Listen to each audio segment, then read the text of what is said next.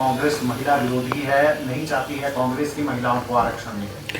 नहीं, देखो, जो भारतीय जनता पार्टी पूरे हिंदुस्तान में, विशेष करके हिमाचल प्रदेश में जो ये ड्रामा कर रही है, नौटंकी कर रही है और ऐसा इम्प्रेशन देने की कोशिश कर रहे हैं कि महिलाओं के लिए इनसे ज़्यादा शुभचिंतक कोई भी नहीं है।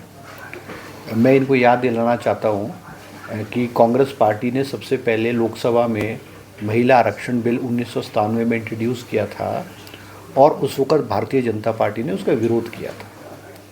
कांग्रेस ने बिल इंट्रोड्यूस किया था कि 1/3 महिलाओं को जो राज्यसभा है और लोकसभा में जो है वो जगह दी जाए, मगर उन्होंने इसका विरोध किया था। और अब दोबारा से 2023 में दोबारा से बिल पास हुआ, जबकि लोकसभा चुनाव जो है 2024 में हुए और चुनाव से ठीक पहले 2023 में इन्होंने महिला आरक्षण बिल को पास किया और ये कहा कि 33% आरक्षण जो है वो महिलाओं को मिलेगा और साथ में ये भी कहा कि 2029 की लोकसभा चुनाव में मिलेगा। अगर इनकी मंशा ठीक होती तो 2024 के जो लोकसभा चुनाव तो उसमें इंट्रोड्यूस करते और उस महिला आरक्षण बिल को सभी राजनीतिक दलों ने, जिसमें कि कांग्रेस पार्टी ने भी सब सपोर्ट किया और सर्वसम्मति से और 2/3 बहुमत से ज़्यादा वो पास हुआ और उसने बिल का रूप लिया गया है। मगर उसमें इन्होंने खुद लिखा अगर इनकी मंशा ठीक होती तो 2024 के लोकसभा चुनाव में करते और जो 542 सीटें हैं उसमें ही 33% आरक्षण महिलाओं को देते, मगर इनकी मंशा ठीक नहीं थी। अब जब दोबारा से चुनाव 5 राज्यों का चुनाव हो रहा था, जिसमें कि सबसे महत्वपूर्ण वेस्ट बंगाल है, असम है, तमिलनाडु है, केरला है और पौंडीचेरी में 5 राज्यों के चुनाव थे, उसके ठीक पहले और विशेष अधिवेशन बुलाया, स्पेशल सेशन जो है वो इस बिल को पास करने के लिए बुलाया इन्होंने और चुनाव को 5 राज्यों के चुनाव के मद्देनज़र देखते थे। बीजेपी को अपने आप में पता था कि इनके पास जो है लोकसभा में 2/3 बहुमत नहीं था, उसके बावजूद भी इन्होंने बिल को इंट्रोड्यूस किया और ये कह करके कि नंबर 1 पहले जो 2023 में बिल पास हुआ तो उसमें कहा था कि 2026-27 में जो सेंसस होगा उस आधार पे जो है वो महिलाओं को आरक्षण दिया जाएगा। अब इनका स्टैंड दोबारा से क्यों चेंज हो गया, जब ये पहले बिल में 2023 में ये कहते थे कि नए सिरे से डिलिमिटेशन होगा और 2026-27 में जो नया डिलिमिटेशन हिंदुस्तान में होगा उस आधार पे 2029 में महिला आरक्षण बिल जो है और महिलाओं को कितनी संख्या सीटें दी जाएगी वो होगा। मगर चुनावी लोकसभा विधानसभा को देखते उन्होंने किया है। और आप ड्रामा देखिए बीजेपी का, भारतीय जनता पार्टी के जो लोग हैं, पहली बार भारतीय जनता पार्टी ने महिलाओं को स्टेज पे बैठाया। मैं इनसे ये पूछना चाहता हूँ, जो बड़े बड़े नेता हैं, बिंदल जी है, जयराम जी हैं और लोग हैं, आज से पहले आपने महिलाओं को स्टेज क्यों नहीं दिया? और आज के बाद भी आप देख लेना, उस दिन के बाद महिलाओं को कभी भी स्टेज पे कुर्सी नहीं मिलेगी। मगर एक नौटंकी और ड्रामेबाज और एक सिंपैथी गेन करने के लिए इन्होंने जो है ये ड्रामेबाजी हिमाचल प्रदेश और हिंदुस्तान के अलग अलग क्षेत्रों में कर रहे हैं, सिर्फ भ्रमित करने की कोशिश कर रहे हैं। मैं कह सकता हूँ कि हिंदुस्तान की महिलाएं जानती है कि इनकी मंशा इनको आरक्षण, महिलाओं को आरक्षण देने की नहीं थी। इन्होंने केवल और केवल राजनीतिक लाभ लेने की जो है 5 राज्यों में कोशिश की है और अच्छी तरह जानते थे ये बिल पास होने वाला नहीं है। आप ये मुझे बताएं कि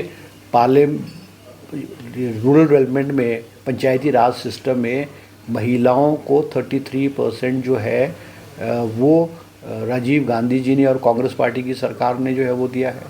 शुरू से लेकर के कांग्रेस पार्टी ने हमेशा से लेकर के महिलाओं को आगे बढ़ाने की कोशिश की है। हिंदुस्तान की पहली राष्ट्रपति जो है वो कांग्रेस पार्टी ने बनाई। हिंदुस्तान की पहली जो मुख्यमंत्री कई राज्यों में बने वो कांग्रेस पार्टी ने बनाई। हिमाचल प्रदेश में हमारी जो महिलाएं जो हैं जिस प्रदेश के अध्यक्ष रही हैं, सबसे पहले सत्यवती डांग जो है वो 60s और 70s में हिमाचल प्रदेश कांग्रेस पार्टी की अध्यक्ष रही हैं। विप्लव ठाकुर जी बनी, श्रीमती विद्या स्टोक्स बनी, प्रतिभा सिंह प्रदेश कांग्रेस की अध्यक्ष बनी। बीजेपी वालों से मैं पूछना चाहूँगा कि एक भी महिला का नाम बताओ कि प्रदेश की अध्यक्ष भारतीय जनता पार्टी की 1980 जब बीजेपी बनी उसके बाद 46 साल में बीजेपी ने एक भी प्रदेश की जो भाजपा की अध्यक्ष है क्यों नहीं बनाई है? अगर इतने इनको चिंता थी, महिलाओं की चिंता थी और इतने ये शुभचिंतक महिलाओं के बनते, आज तक इन्होंने बनाई है? इन्होंने हमने हमेशा से लेकर के जो है, चाहे वो मंत्री के रूप में, चाहे विधायक के रूप में, चाहे किसी और रूप में महिलाओं को लाने की कोशिश की है।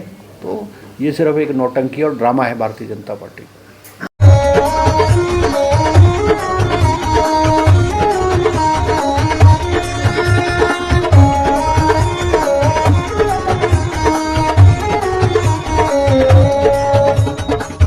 नमस्कार, मैं Alka Bhardwaj, principal Gurukul international school Kunihar. Gurukul हमेशा से मानता है कि हर बच्चा स्पेशल है और उसमें सीखने की अनलिमिटेड पॉसिबिलिटीज हैं। हमारे पास डेडिकेटेड स्टाफ है जो कि बच्चों को सिर्फ बुकिश नॉलेज ही नहीं देते बल्कि उनके ओवरऑल डेवलपमेंट पे काम करते हैं और मॉडर्न एजुकेशन टेक्नोलॉजीज के साथ बच्चों को पढ़ाते हुए उन्हें संस्कार भी देते हैं। मैं आपको बताना चाहूंगी कि नेक्स्ट सेशन के लिए एडमिशन शुरू हो चुकी है, जिसमें कि इस बार हम ग्रेड नर्सरी से ग्रेड 1 तक नई एडमिशन पे एडमिशन फीस नहीं ले रहे हैं और ग्रेड 2 से ग्रेड 10 तक एडमिशन फीस पर 50% की छूट है। ये आपके बच्चे के लिए एक बहुत ही सुनहरा अवसर है। मैं आपसे रिक्वेस्ट करूंगी कि आप आए और एक बार जरूर गुरुकुल इंटरनेशनल स्कूल कुनिहार को विजिट करें। धन्यवाद।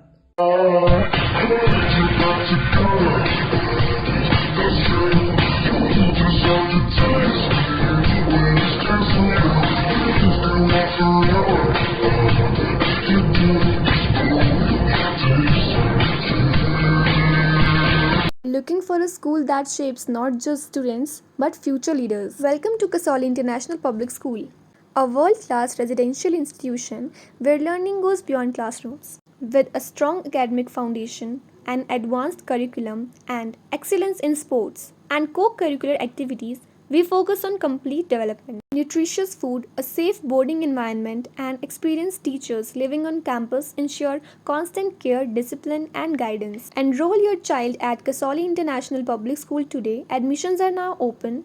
Give your child the future they truly deserve. Thank you.